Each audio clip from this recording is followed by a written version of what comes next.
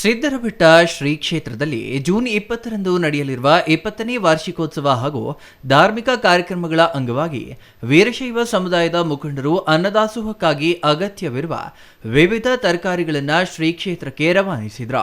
ಈ ಸಂದರ್ಭದಲ್ಲಿ ಮಾತನಾಡಿದ ಅಖಿಲ ಭಾರತ ವೀರಶೈವ ಮಹಾಸಭಾ ತಾಲೂಕು ಅಧ್ಯಕ್ಷ ಮಹೇಂದ್ರ ಕುಮಾರ್, ಸಿದ್ದರಬೆಟ್ಟ ಶ್ರೀ ಕ್ಷೇತ್ರವು ಆಧ್ಯಾತ್ಮಿಕ, ಧಾರ್ಮಿಕ ಹಾಗೂ ಸಾಮಾಜಿಕ ಸೇವೆಯ ಕೇಂದ್ರವಾಗಿ ಬೆಳೆಯುತ್ತಿದ್ದ ವಾರ್ಷಿಕೋತ್ಸವಕ್ಕೆ ಆಗಮಿಸುವ ಸಾವಿರಾರು ಭಕ್ತರಿಗೆ ಅನ್ನದಾಸೋಹ ವ್ಯವಸ್ಥೆ ಮಾಡುವುದು ಪುಣ್ಯದ ಕಾರ್ಯವಾಗಿದೆ ಎಂದರು.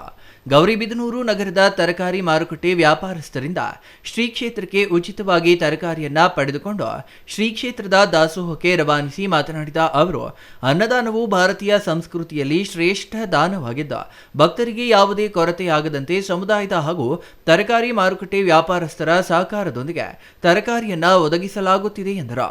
ಸಮಾಜದ ಎಲ್ಲ ವರ್ಗದ ಜನರು ಇಂತಹ ಧಾರ್ಮಿಕ ಕಾರ್ಯಕ್ರಮಗಳಲ್ಲಿ ಭಾಗವಹಿಸಿ ಸೇವಾ ಮನೋಭಾವ ಬೆಳೆಸಿಕೊಳ್ಳಬೇಕು ಎಂದು ಕರೆ ನೀಡಿದರು.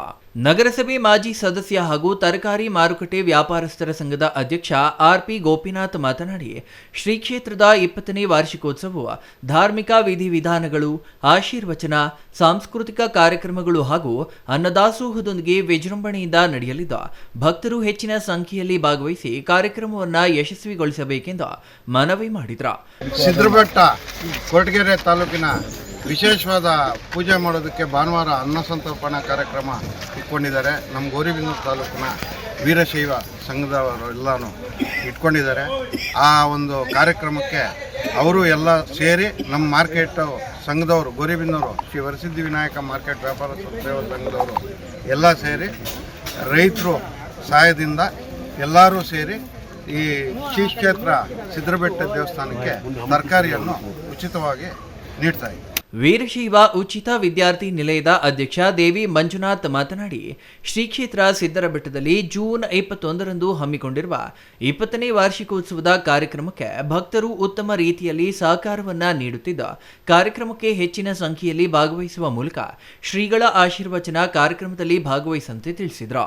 ಶ್ರೀ ಕ್ಷೇತ್ರದ ವಾರ್ಷಿಕೋತ್ಸವ ಕಾರ್ಯಕ್ರಮದಲ್ಲಿ ಗೌರಿಬಿದನೂರು ತಾಲೂಕಿನಿಂದ ಉಚಿತ ಬಸ್ ವ್ಯವಸ್ಥೆ ಮಾಡಲಾಗಿದ್ದು, ಬೆಳಗ್ಗೆ 7 ಗಂಟೆಗೆ ಬಸ್ ಸಂಖ್ಯೆ 1 ತಾಲೂಕಿನ ಗುಂಡ್ಲಹಳ್ಳಿ, ಕಡಬೂರು, ಹಿರೇಬಿದನೂರು, ಕಾದಲವೇಣಿ, ಚನ್ನೇನಹಳ್ಳಿ, ಮಧುಗಿರೆ, ಅನ್ಹುಡಿ, ಕುರುಡಿ ಮಾರ್ಗವಾಗಿ ಶ್ರೀ ಕ್ಷೇತ್ರಕ್ಕೆ ತಲುಪುವುದು.